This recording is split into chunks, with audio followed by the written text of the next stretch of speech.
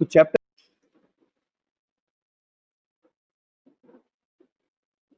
Bismillahirrahmanirrahim. Chapter number 5, heading number 9. Starting with it.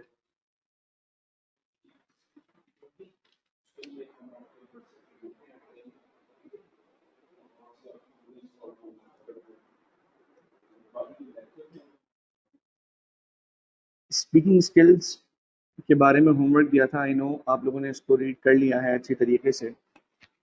तो speaking skills के बारे में कुछ बातें शुरू करते हैं, ठीक है। पहली बात, गौर कीजिएगा प्लीज।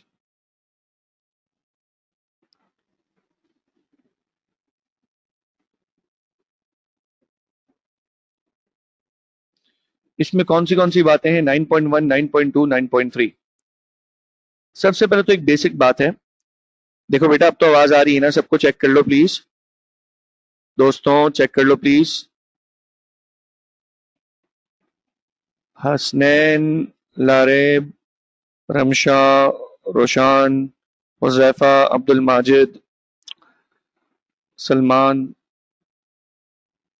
आपकी कोई मैसेज क्यों नहीं आ रहा मेरे पास? आवाज इशू आ रहा है? अभी भी आ रहा है यार? यार मैंने अपने एंड पे चीजें क्लियर कर ली यार।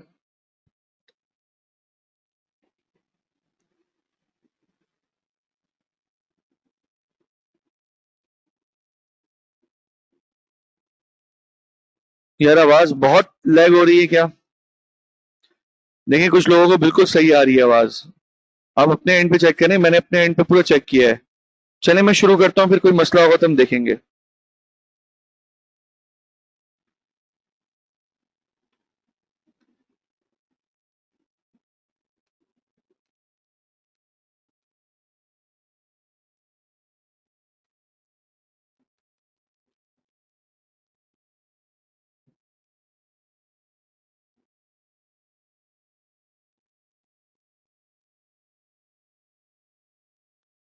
दोस्तों, difference between speaking and listening जरा समझिएगा प्लीज।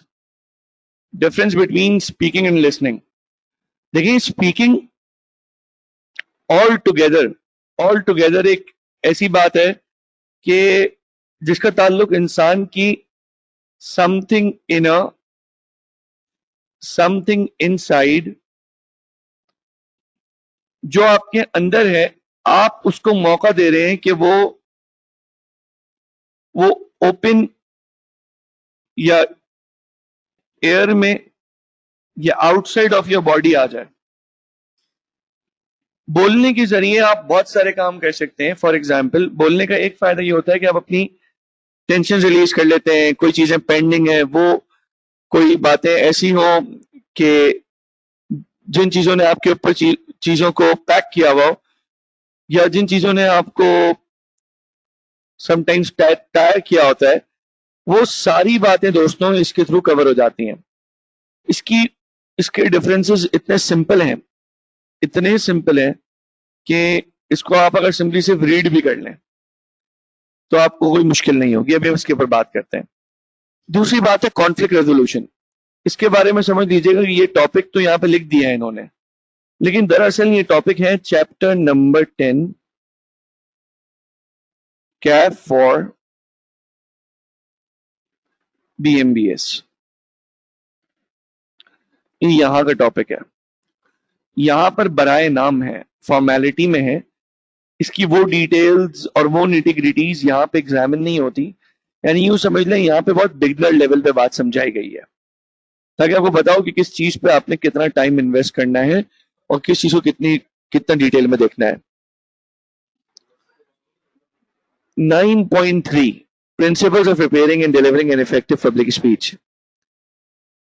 पब्लिक स्पीच कैसे डिलीवर करनी है, प्रिपेयर कैसे करनी है। मैं आपसे एक सवाल पूछता हूं, आपने की स्पीच डिलीवर करनी है। फॉर एग्जाम्पल, आप गए गूगल पे, आपने लिखा 5 बेस्ट वेज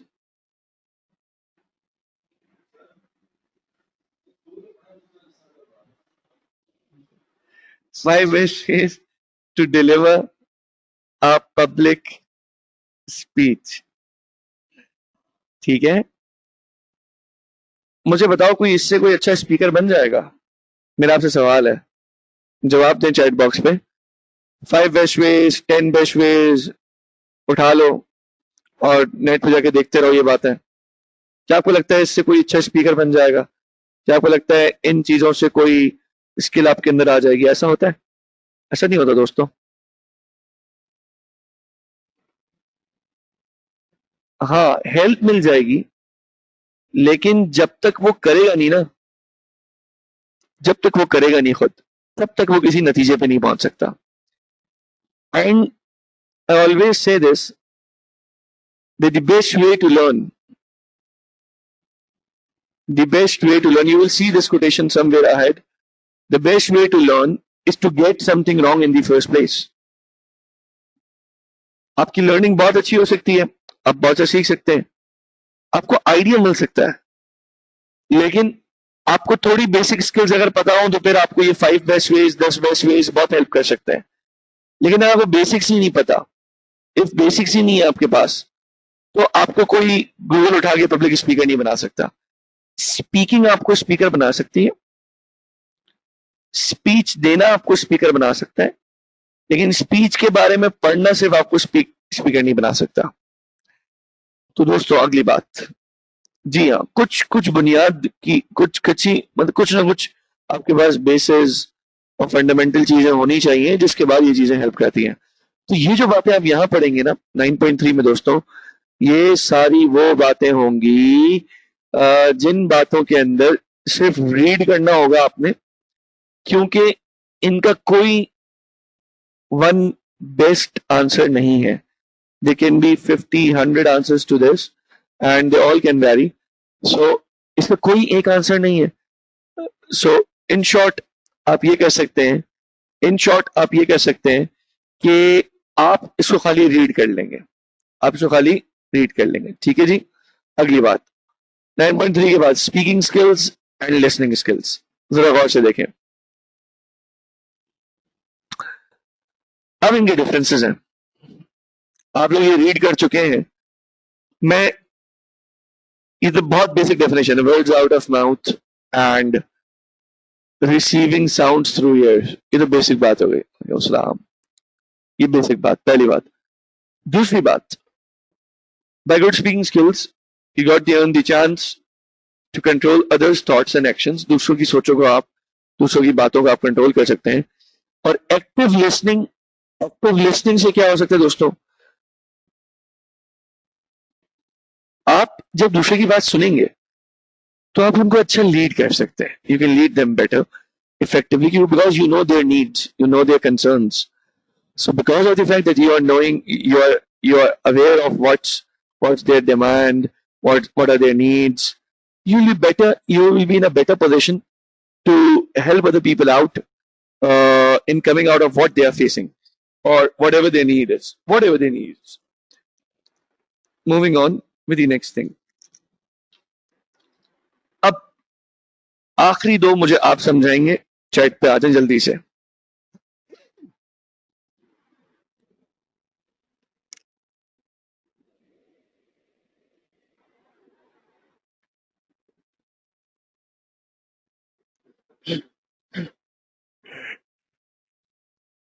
जी दोस्तों बताएं प्लीज, लास्ट टू आप लोगों ने बताने।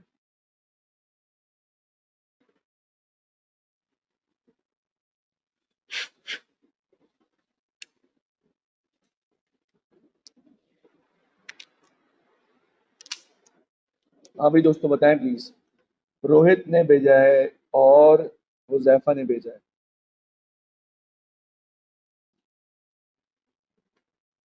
बाकी लोग किधर हैं भाई?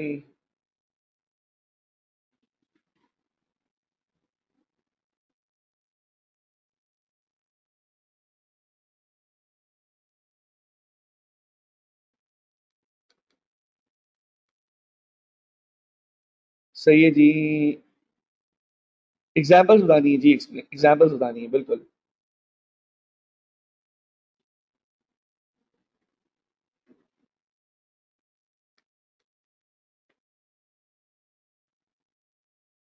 बाय एक्सपीरियंस, हाँ ये अपनी भड़ास निकाल लेते हैं ना, ये वाला पॉइंट बिल्कुल वैलिड है।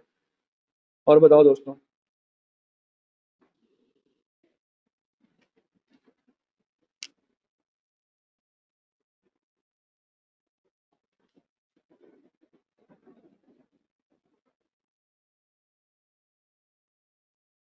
जी, और वी कैन मोटिवेट अदर्स, जबरदस्त। अच्छा, we can spread pass on energy and passion to others, बिल्कुल सही है ये वाली बात। अच्छा, और बताएं।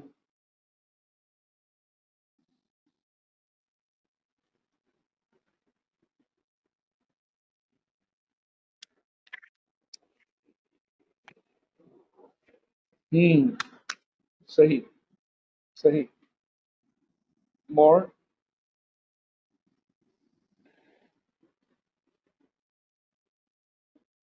हाँ, और points please. Spin song gives relief when you are angry, दूसरों को समझाने में हेल्प करेगा। Good. When you are angry you can easily understand. अच्छा जी। और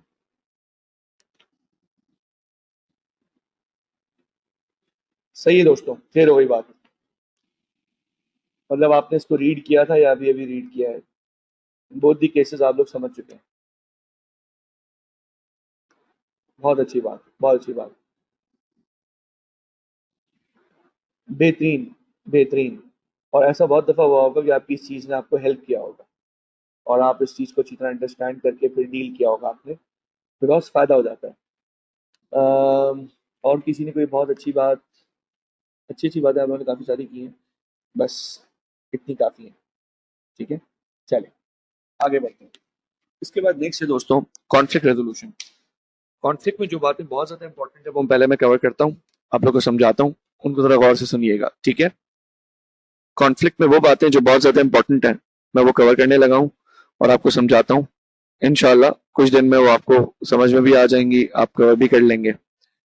कॉन्फ्लिक्ट के तीन व्यूज कॉन्फ्लिक्ट कहते हैं जिसमें डिफरेंस ऑफ ओपिनियन आ जाए।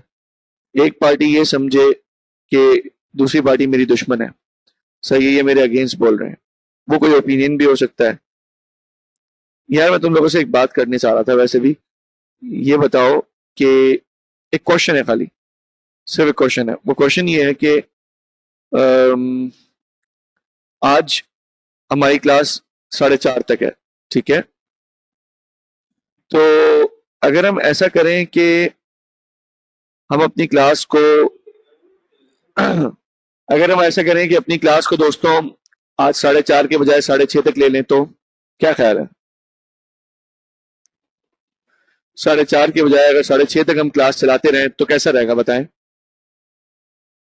आपके व्यूज चाहिए भाई, जल्दी से।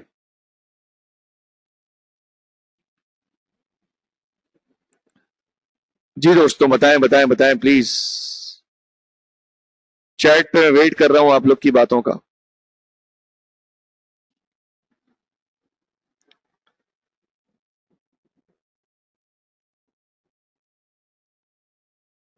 चैट पे मैं वेट कर रहा हूं आपके रिस्पॉन्स का।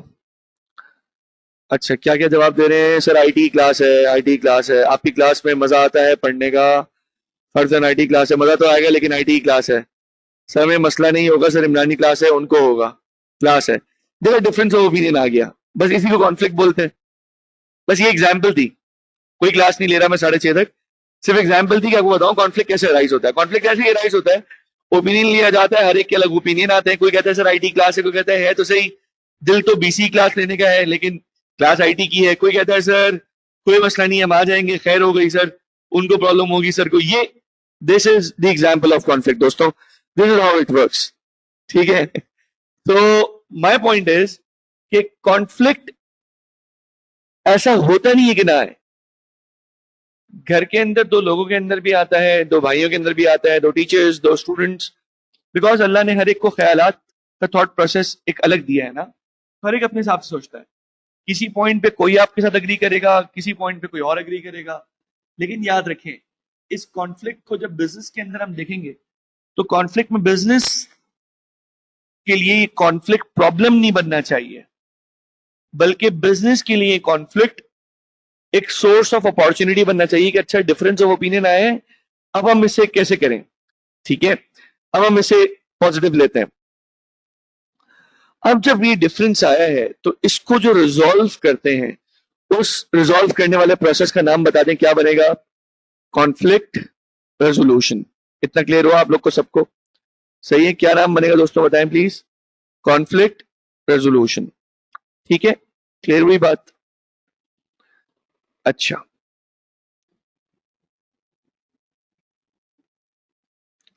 अब अगली बात दोस्तों, नेक्स्ट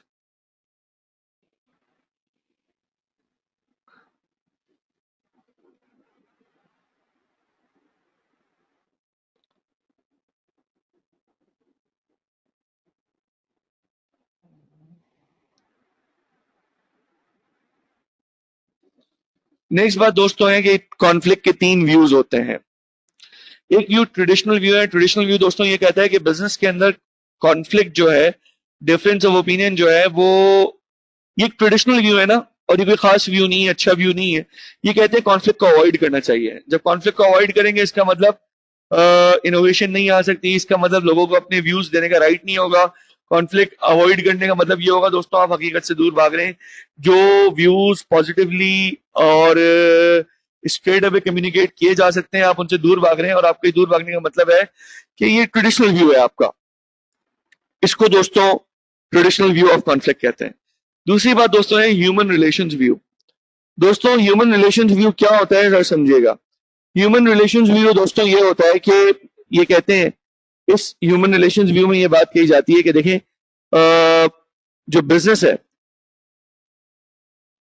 उसके अंदर कॉन्फ्लिक्ट जो है ये एक नेचुरल चीज है और एक नागुजीर है, इनएविटेबल है, इससे आप भाग नहीं सकते। You can not run away from this conflict. तो देयरफॉर आप इसे कबूल कर लें, it should be accepted. Accepted का क्या मतलब दोस्तों?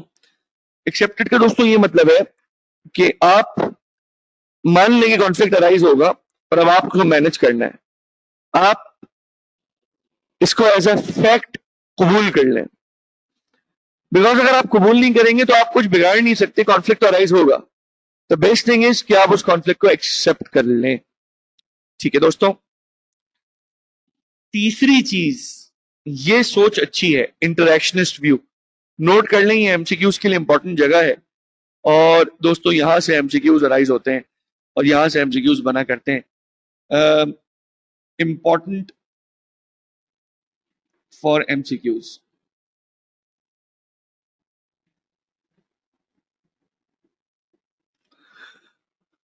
तीसरा व्यू जो है ना दोस्तों, इसका नाम है दोस्तों इंटरेक्शनिस्ट व्यू। इंटरेक्शनिस्ट व्यू दोस्तों ये होता है कि वो ये कहते हैं कि कॉन्फ्लिक्ट एक पॉजिटिव फोर्स है। पॉजिटिव फोर्स का दोस्तों मतलब ये होता है कि ये कॉन्फ्लिक्ट है तो ताल्लुक अच्छा है, ये कॉन्फ्लिक्ट है इसका मतलब लोग मोटिवेटेड हैं, ये कॉन्फ्लिक्ट है इसका मतलब लोग अपने इनपुट देने को तैयार हैं। कॉन्फ्लिक्ट का मतलब ही ये है कि अब कुछ बात बन रही है, लोग सोच रहे हैं, लोग अपना इनपुट देते हैं। मेरी बात समझ में आई?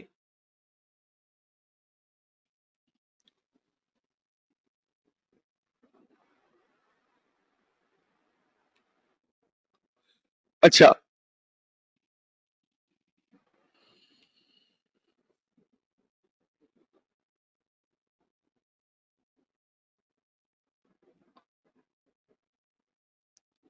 दोस्तों इतनी बात क्लियर हो गई? मसला तो नहीं है ना यार? सही है, डन है। अब आओ अगला सवाल, फंक्शनल कॉन्फ्लिक्ट। जिस लड़ाई के बाद, जिन मसाइल के बाद आपस में ताल्लुक और अच्छे हो जाए उनको बोलते हैं फंक्शनल कॉन्फ्लिक्ट।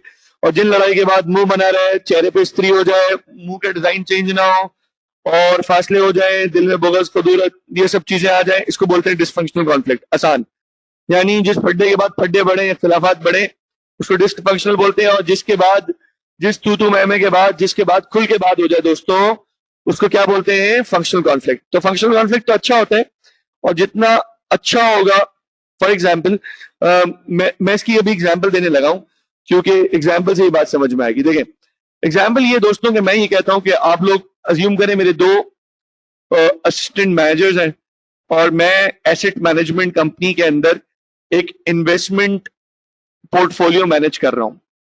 इन्वेस्टमेंट पोर्टफोलियो, आसान लफ्जों में, बहुत गाड़ी गाड़ी बातें कर दी मैंने, आसान लफ्जों में मैं पैसा लगा रहा हूं एसेट मैनेजमेंट कंपनी यानी म्यूचुअल फंड्स में हूं। म्यूचुअल फंड्स का मतलब ये है कि वो कंपनी जिसके पास लोग पैसे रखवाते हैं कि वो उनके पैसे को बढ़ाएं। समझ भाई बात? शेयर्स लेते हैं, शेयर्स। ठीक है भाई। अब अगली बात यह है कि असिस्टेंट मैनेजर दो हैं मेरे पास। अब कोई भी अज्यूम कर ले, आप में से कोई भी दो हैं। मैं कहता हूं भाई मेरे पास 50 मिलियन की इन्वेस्टमेंट आई हुई है, बताओ ये 50 मिलियन मैं कहां लगाऊं कि मैं अमीर आदमी बन जाऊं और मेरे क्लाइंट भी अमीर आदमी बन जाए। ठीक है, तो आप दोनों मेरे असिस्टेंट मैनेजर हैं, आप लोग चले जाते हैं मार्केट की खूब नो हाउ लेकर आते हैं, एक हफ्ते बाद एक आता है और उसी वक्त एक दूसरा भी आता है। दोनों के पास अपनी अपनी फाइल्स होती हैं। जब दोनों के पास अपनी अपनी फाइल्स होती हैं, दोनों बिजनेस केस लेकर आते हैं। एक कहता है सर गवादर में पैसा लगाए, दूसरा कहता है सर बहरिया टाउन में पैसा लगाए। दोनों में फड्डा मेरे सामने होता है, तू मैं में होती है। सर ये पागल, इसको कुछ नहीं पता। दूसरा बोलता है सर ये अंधा है, इसको कुछ नहीं पता। दोनों शुरू है, लड़ रहे। मैंने कहा ओ भाई लड़ो मत यार, लड़ाई माफ करो। आगे क्या होता है भाई? शाबाश, अल्लाह अगर साफ करो। ठीक है, बात समझ में आई? अच्छा, अगली बात दोस्तों सुनना अभी 1 मिनट।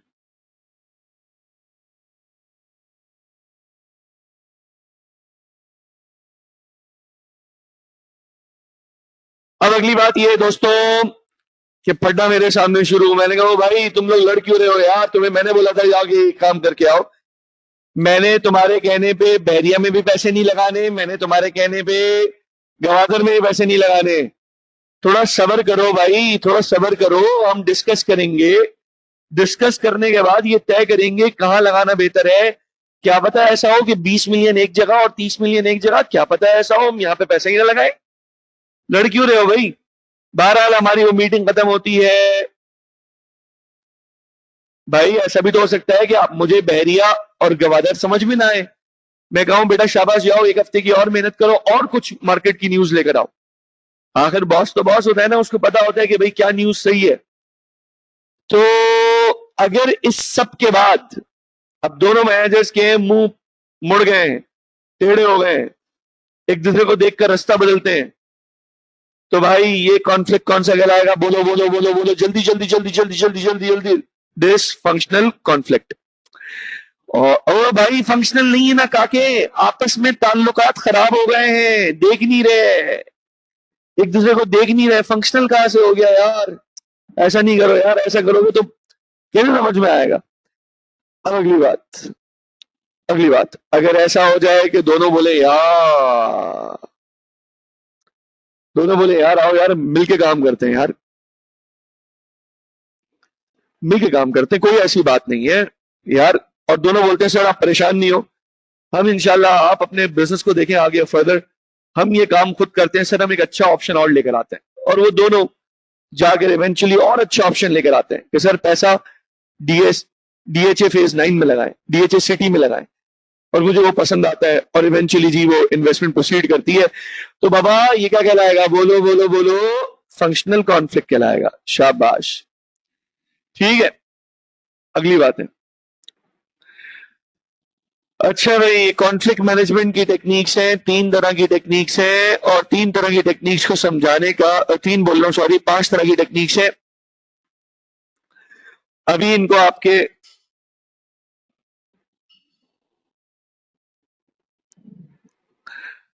आए, इसको भी समझाता हूं। मैं बता दूं इसकी डिटेल्स बीएमबीएस के अंदर है, वहां ये एरिया खुल के आता है, लेकिन फिर भी इसका एक बेसिक वर्जन मैं आपको समझा देता हूं जो पेपर के लिए इंपॉर्टेंट है। पेपर में मुश्किल नहीं होगी और ये चीज कवर हो जाएगी। ये जो लोग दिख रहे हैं आपको, ये जो शक्लें हैं और शक्ल के हुक्म में नहीं है, शक्ल है किसी कंधा झुका हुआ है, किसी की हालत खराब है, ये सब चीजें। ये ऐसी तस्वीरें हैं जो तस्वीर के हुक्म में भी नहीं है, देख रहे हैं आप।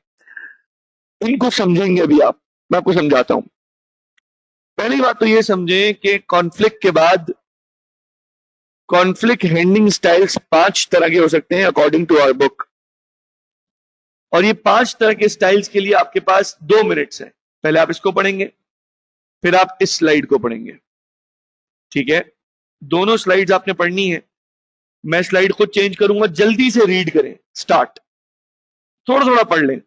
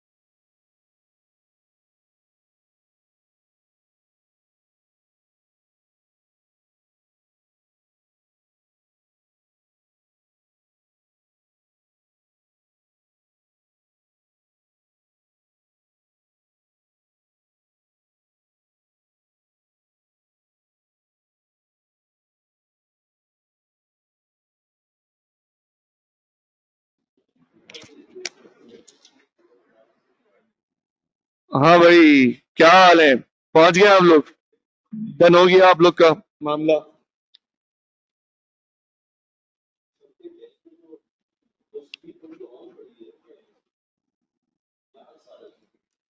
कौन सी सर? हाँ, इसी सीन का अक्सार है सर। भाई कौन समझाएगा? कॉम्प्रोमाइज सबसे पहले समझाएं जी, शाबाश। along with example which you can imagine, which you can illustrate with the help of your understanding. शाबाश। Now time for lose one thing to gain one. शाबाश, गुड वन। और बताओ।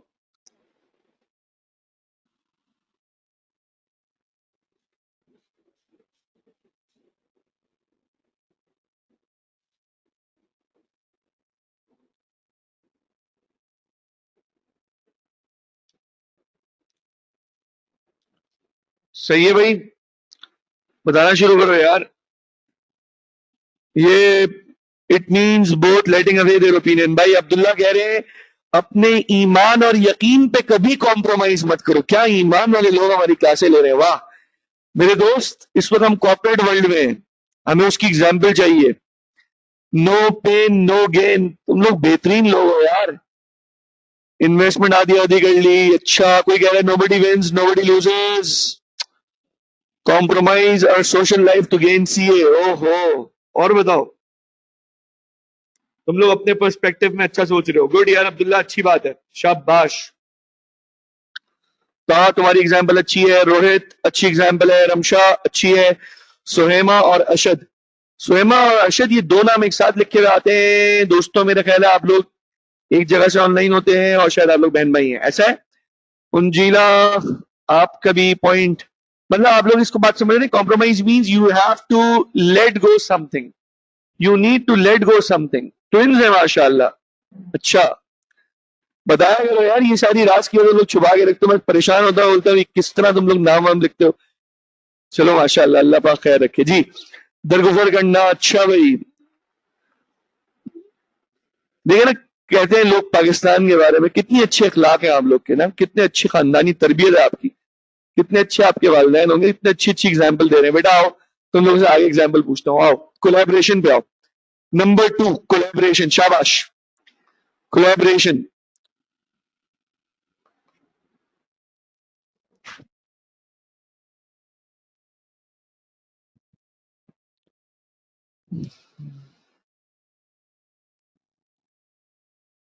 कोलैबोरेशन।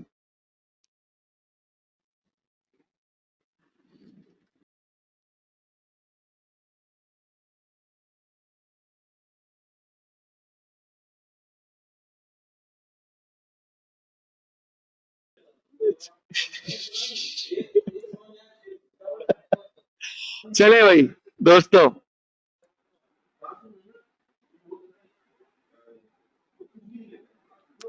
क्या बात है दोस्तों।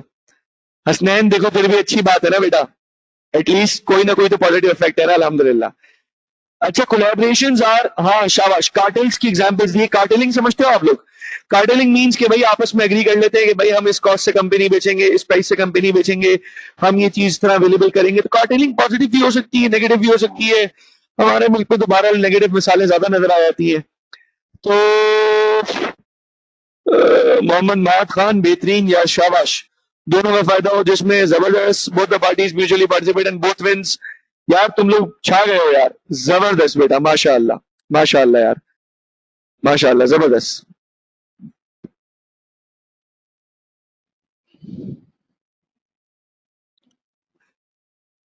नेक्स्ट बेटा, नेक्स्ट एग्जांपल चाहिए मुझे।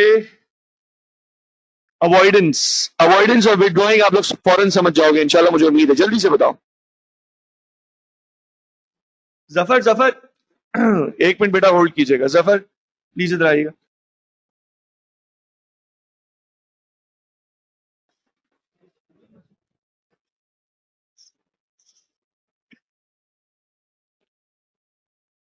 अच्छा भाई, चले। अवॉइडेंस, दोस्तों, running away in ignoring conflict. कल आपको याद है विड्रॉल नाम की कोई चीज पढ़ी थी हमने?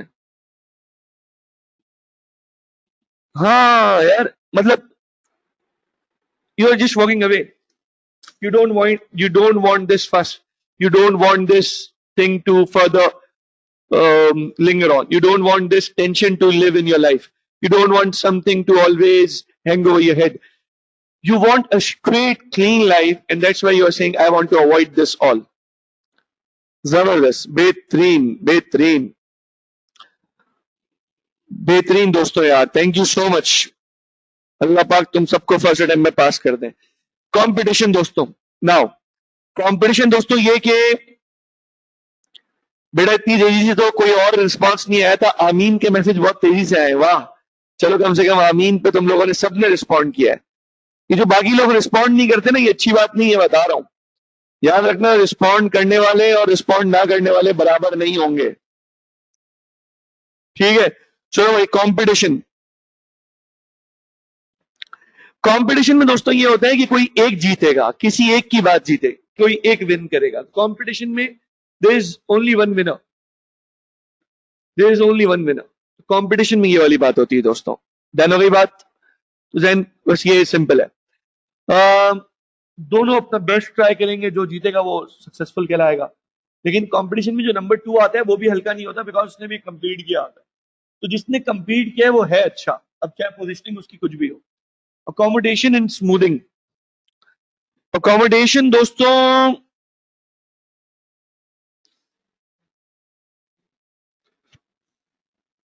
अकोमोडेशन का कॉन्सेप्ट दोस्तों ये है, जब एक बंदा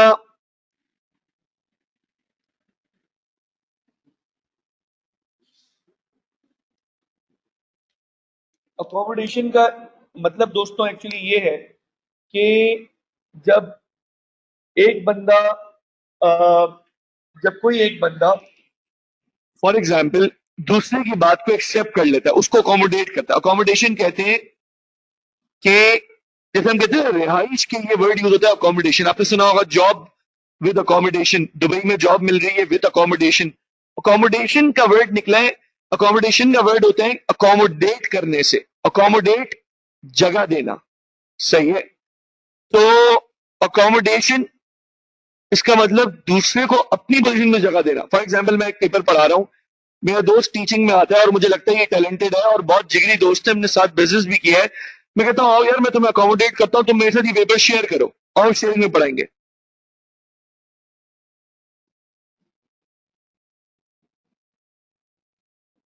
ठीक है? डन। चलो भाई, अगली बात,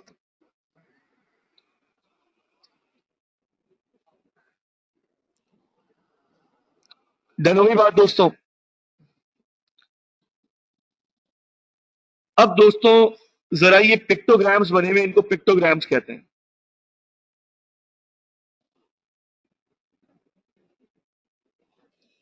पिक्टोग्राम किसे कहते हैं दोस्तों?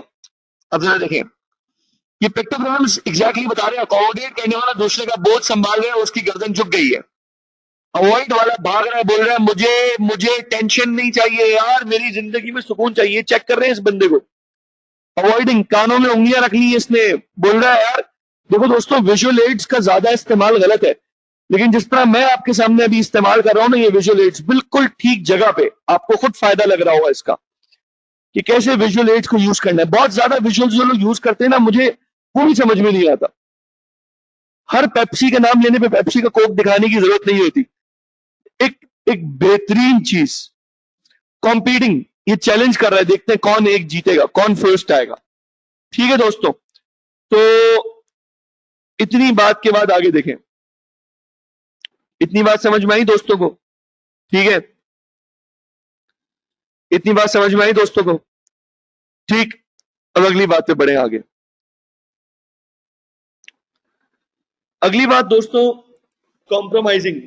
आप देख रहे हैं दोनों मिल रहे हैं, और कॉम्प्रोमाइजिंग का दोस्तों कॉन्सेप्ट ये है कि दोनों मिलके काम कर रहे हैं, और दोनों मिलके दोस्तों काम इस तरह कर रहे हैं कि दोनों मिलके दोस्तों काम इस तरह कर रहे हैं कि ये एक्चुअली यूं कर रहे हैं कि इनकी सोच ये है कि यार चलो यार हाथ मिला लेते हैं, but the way they are interacting with each other, ये शो हो रहा है, ये शो हो रहा है कि they are not happy with that.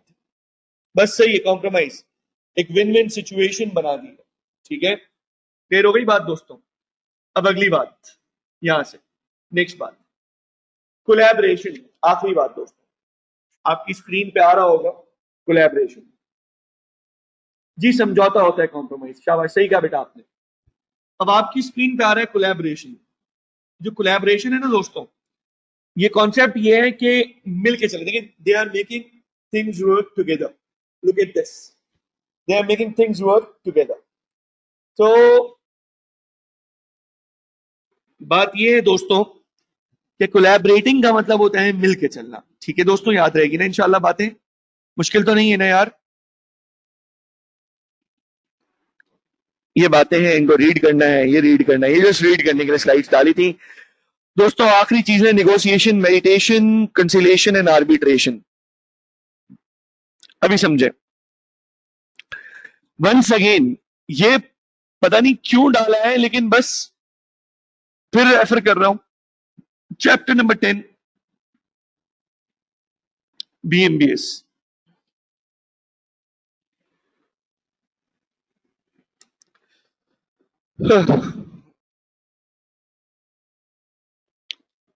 अब मैं क्विकली बोलूंगा, इंशाल्लाह आपको समझ में आ जाएगा। वैसे तो निगोशिएशन और कॉन्फ्लिक्ट रेजोल्यूशन लोग आपस में खुद कर लेते हैं, लेकिन जब ऐसा हो कि जब निगोशिएशन या कॉन्फ्लिक्ट रेजोल्यूशन के लिए आपस की बात काफी ना हो, किसी थर्ड पार्टी को इन्वॉल्व करना पड़े, किसी थर्ड पार्टी को इन्वॉल्व करना पड़े, तो फिर उस केस में क्या होता है? जब ऐसा होता है कि थर्ड पार्टी को इन्वॉल्व करना पड़े,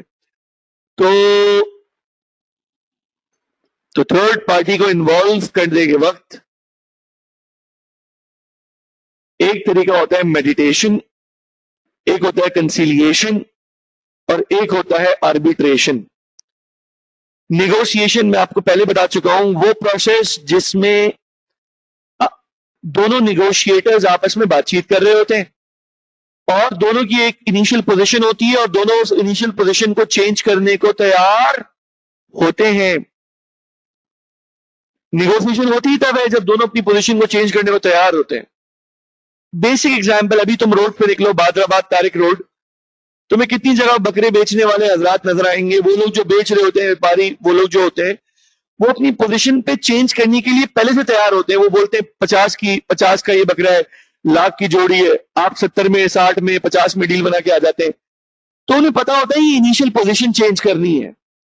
इसी तरह बहुत जगह पे बार्गेनिंग निगोसिएशन की गुंजाइश होती है।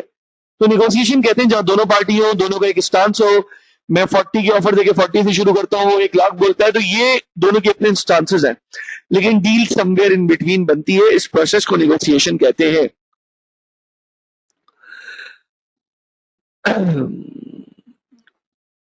लोग कह रहे हैं ब्रांड में निगोसिएशन नहीं होती।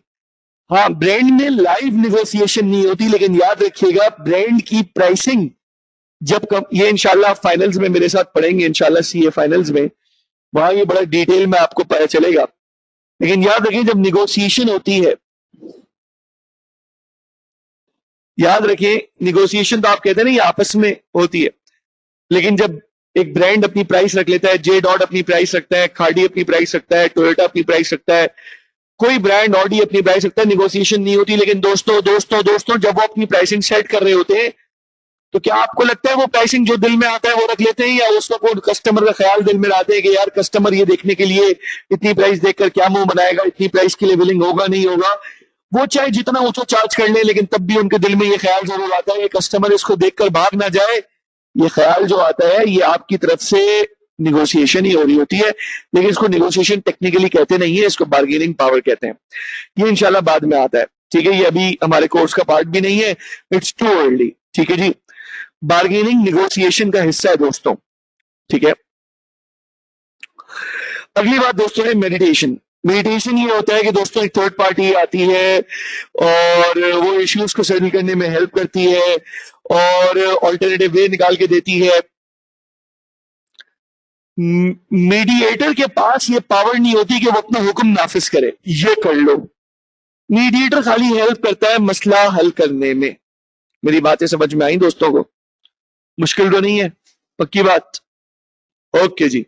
अगली बात, मीडिएशन के बाद है कंसिलिएशन। कंसिलिएशन में थर्ड पार्टी तो होती है, लेकिन फर्क ये होता है कि जब दोनों पार्टीज आपस में बात करने को तैयार ना हो तो कंसिलिएटर दोनों में वही करता है, लड़ाई लड़ाई माफ करो, समझ गए बात?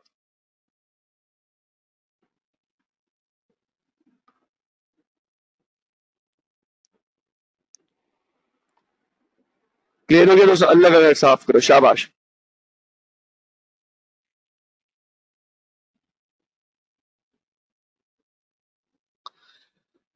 दोस्तों आर्बिट्रेशन, आर्बिट्रेशन को जरा समझे।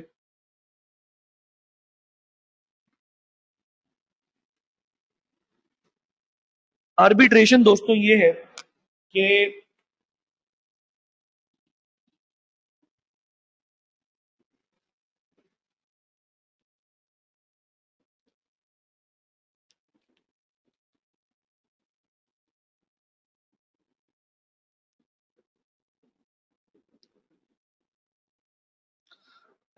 सोएमा एंड अशद, ये एग्जाम्पल तुम लोगों से कभी पर्सनली मैं तुम लोग को डिटेल बताऊंगा इसकी। सुलह करवाता है, थर्ड बंदा है, ग्रुप ऑफ कंपनी साथ है, हाँ शाबाश। आर्बिट्रेशन का दोस्तों फर्क ये होता है कि ये लीगल पावर रखता है और वो फैसला सुनाता है और फिर उसके फैसले पर अमल करना पड़ता है। मेरी बातें उतरी जहन के अंदर, दिल के अंदर, दिमाग के अंदर? जी हाँ दोस्तों, ये बेटा आखिरी बातें, इसको सेल्फ रीड करना है। Principles of preparing and delivering an effective public speech, ठीक है। The key purpose, know your audience, plan, prepare and practice, perform the question and answer session. Rohit, मैंने लाउडली नहीं पढ़ी लेकिन बेटा पढ़ ली थी। आपकी एग्जाम्पल जो थी यूएस वाली बेटा, वो भी पढ़ ली थी, मैंने पढ़ ली थी बेटा। यार सबकी चीजें मैं समटाइम्स रीड नहीं कर पाता, तो आई एम सॉरी, लेकिन मैं कोशिश करता हूँ आप में से हर एक का रीड करूं मैसेज। और आप जानते हैं ये कितनी मल्टीटास्किंग हो रही होती है इसमें, लेकिन ये मल्टीटास्किंग मेरे लिए सिंगल टास्किंग है, बिकॉज इसमें टाइम